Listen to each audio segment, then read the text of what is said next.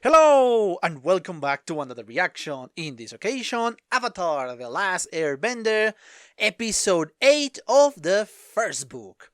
Yes, we got a two-parter on our hands. Last time we saw how um, there is going to be a connection, or I assume that is going to be a connection between the last avatar, in this case Avatar Roku, and our new avatar, Aang. So how that is going to work, I don't know, but obviously this is a very dangerous mission because they have to go inside of the Fire Kingdom. So yes, everybody is their enemy. They are not going to be received like heroes. They are going to be received like prisoners if they are found out.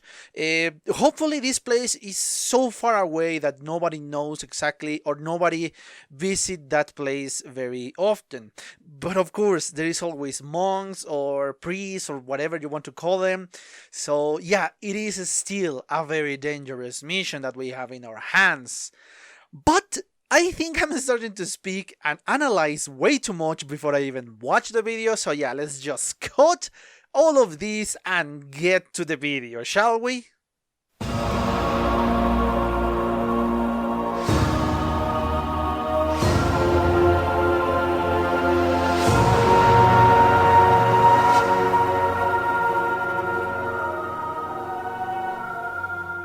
Okay, I'm back. I just watched a second time the 8th episode of the first book. The information that we got on this episode is not a way for Aang to become more powerful. It's not a way for him to be the strongest avatar or the full avatar. How he's going to train, how he needs to concentrate. No, it's just a warning, a dire message for the avatar because he needs to hurry.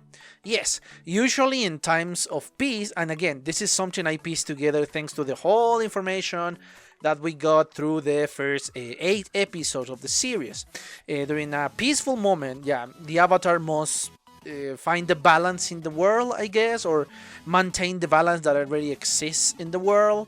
And he has years and years to learn every single one of the abilities. The one in which he was born with, air, fire, earth, water, I think is the one I'm missing.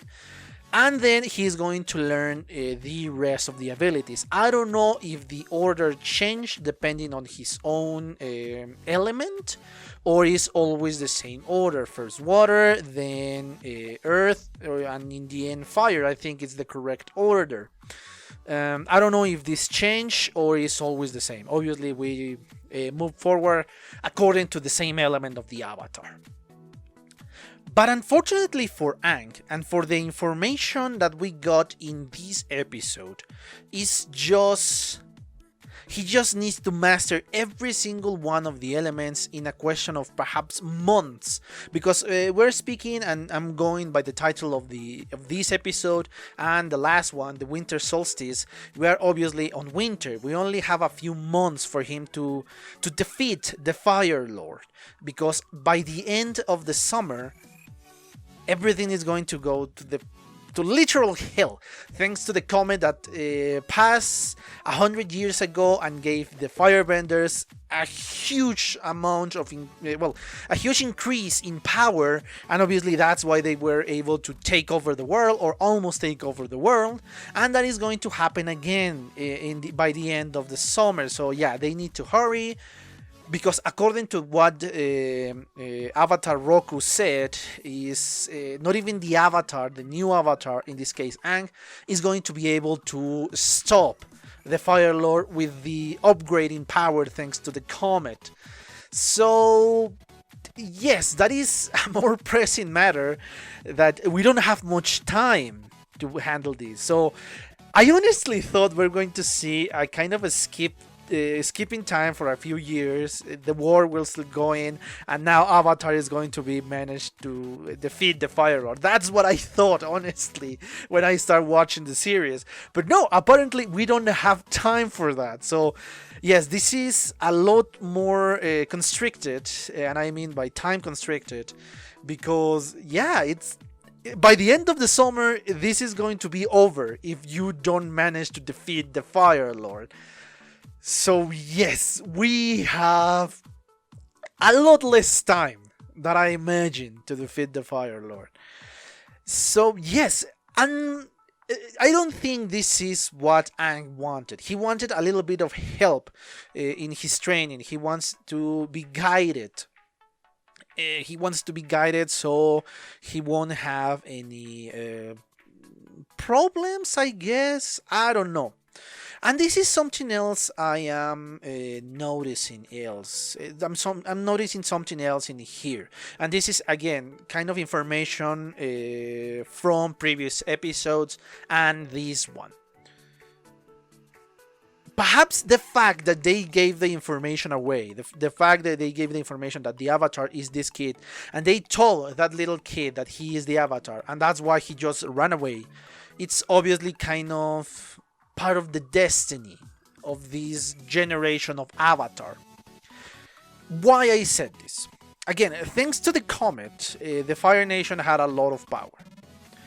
Obviously, the Fire Nation knew this. The previous lore, I don't know, and I don't think the current Fire Lord is the same one that started the war. I'm not sure, at least. At least the time kind of doesn't add up. But they knew, and that's why they attack. Again, if you took a very weakened Avatar, a kid in this case, with no abilities to really show off the fire, the earth, and the water bending alongside with the air bending, obviously you are not going to be able to defeat an overpowered Fire Lord, an overpowered Fire Nation.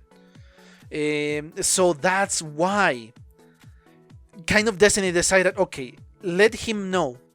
He will run away, he will be hidden, and in the moment he's needed, in the moment he will be able to train, he will be able to really do his stuff, we're going to bring him back to the world and he is going to, well, save it or restore the balance to the world in this case.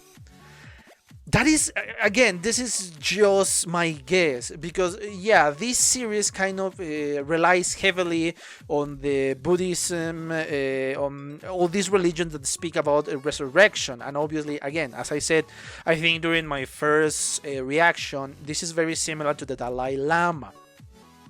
So yeah, my guess is, yeah, Destiny is kind of, or force Aang to be hidden for 100 years because this is the best opportunity he could have to save the world.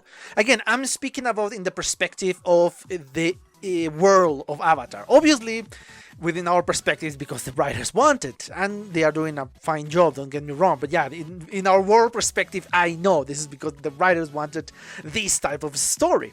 But within the realm of the Avatar, within the world of Avatar, that is the best explanation I can come up with. So yeah, perhaps that is why Avatar Aang was kind of frozen, because this is part of the destiny of the whole thread of destiny in this world. That's what I think, at least. But obviously, it wasn't going to be an easy task to visit an old Avatar, especially in the Fire Nation, as we saw. First the blockade, but this general, I think now he's a general or commander. I don't remember his title, but anyway, he wanted to praise the prince and of course the Avatar. The most important one, my guess, it was the Avatar. If it was necessary, he was going to let the prince run away if he could capture the Avatar, because that is the main goal of the Fire Lord, to capture the Avatar so he won't represent any threat to him. He will block him, he will stop him from learning anything, and he will conquer the entire world. And I said during my reaction, or in the end of my reaction, that I love the fact that this is not an easy task, that these are not easy tasks.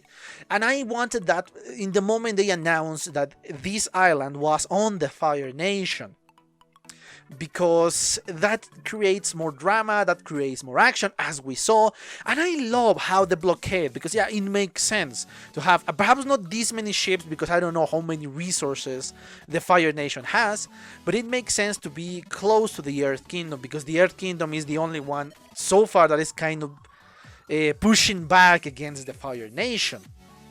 And of course, yeah, so they can avoid all the ships from the Earth Kingdom to attack the Fire Nation. They don't want a counterattack that distract them, and yeah, well, military tactics, obviously.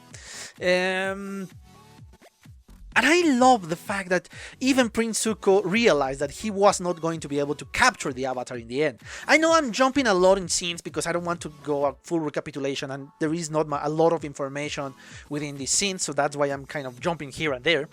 But as I was saying, I love how he ran away when they realized that the door opened, and of course, the spirit of Avatar Roku appeared.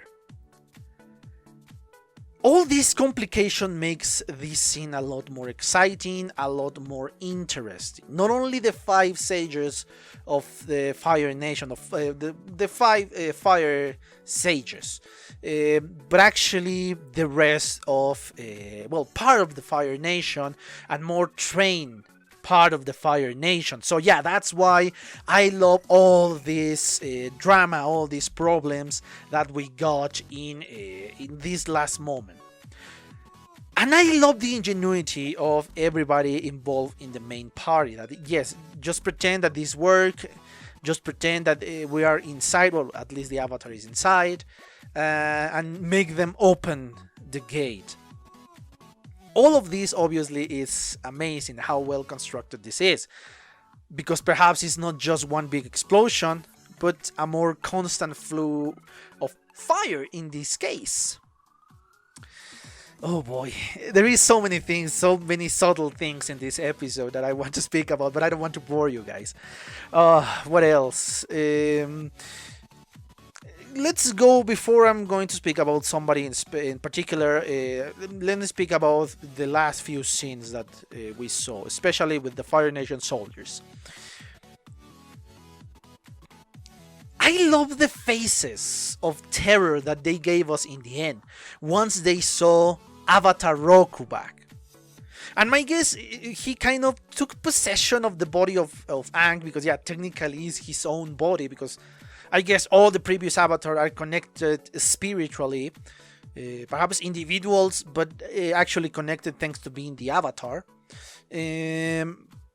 Because that's when you realize that yes, the fire is not going to do anything, because that is the speciality of the previous Avatar, and it's going to control the fire. And yes, you can see the amazing control that this firebender had before. And of course, once he controlled the rest, he was pretty much invincible, I guess. But I love this scene, and even the sages are kind of terrified. Obviously, the only one who was happy to see this was the traitor of the sages. He just knew that everything was going to be fine, and he was going to destroy the entire temple, because yeah, the sages had betrayed them. They do not deserve to live in this temple that he built before, and I mean the Avatar in this case. And he needs to be gone, because yeah, this is material stuff and it's not important, and the traitors doesn't deserve to be here, to be protected by the temple. And it was completely destroyed, and it's amazing the amount of control that this Avatar has, because even the lava, yeah, makes sense, because yeah, it's fire somehow, but still, it's amazing the control of everything. Obviously, Aang and the rest escape. The only one I'm kind of sad that did not escape was the Sage, because he deserved to be free. Hopefully, we're going to see him in the future and he's going to be fine. Hopefully, because now I'm going to pass to the last part of this commentary. That guy, the traitor of the Sages. At the beginning, I thought it was going to be a trap. But fortunately, he is completely loyal to the Avatar. He doesn't care about the ambition of the Fire Lord, he cares about the balance. And I mean the balance because that is what the Avatar represents, the balance of the 4 elements. And this speaks volumes of the character of this person. Even with the few scenes that he was in, he speaks that he's not materialistic. Why? Because anybody materialistic can say, oh yes, we're going to be happy with the Fire Lord, he's going to give us everything as long as we're loyal to him. And with the Avatar, screw the Avatar, he has gone, it doesn't matter, our loyalty is not there because he's not giving us anything. But this guy is loyal to the Avatar, loyal to the person that wants to be in perfect balance, or wants to have the world in perfect balance. So yes, that speaks volumes of the character of this person, and the amount of respect I have for him is immense, because it takes guts to betray the Fire Lord, in which you're part of the nation of the person you're planning to betray, and you are surrounded by all the loyalists to this person. But you want to help to bring balance to the world. You are seeing the biggest picture there is. So that's why you are doing what you are doing, or what he did. And I love the last scene in which we saw all the sages and the Fire Nation soldiers, in which all of them are kind of sad, are kind of worried, yeah, looking like cowards, trying to defend themselves, trying to say, no, we did not betray, which is kind of true. They did not betray the Fire Lord.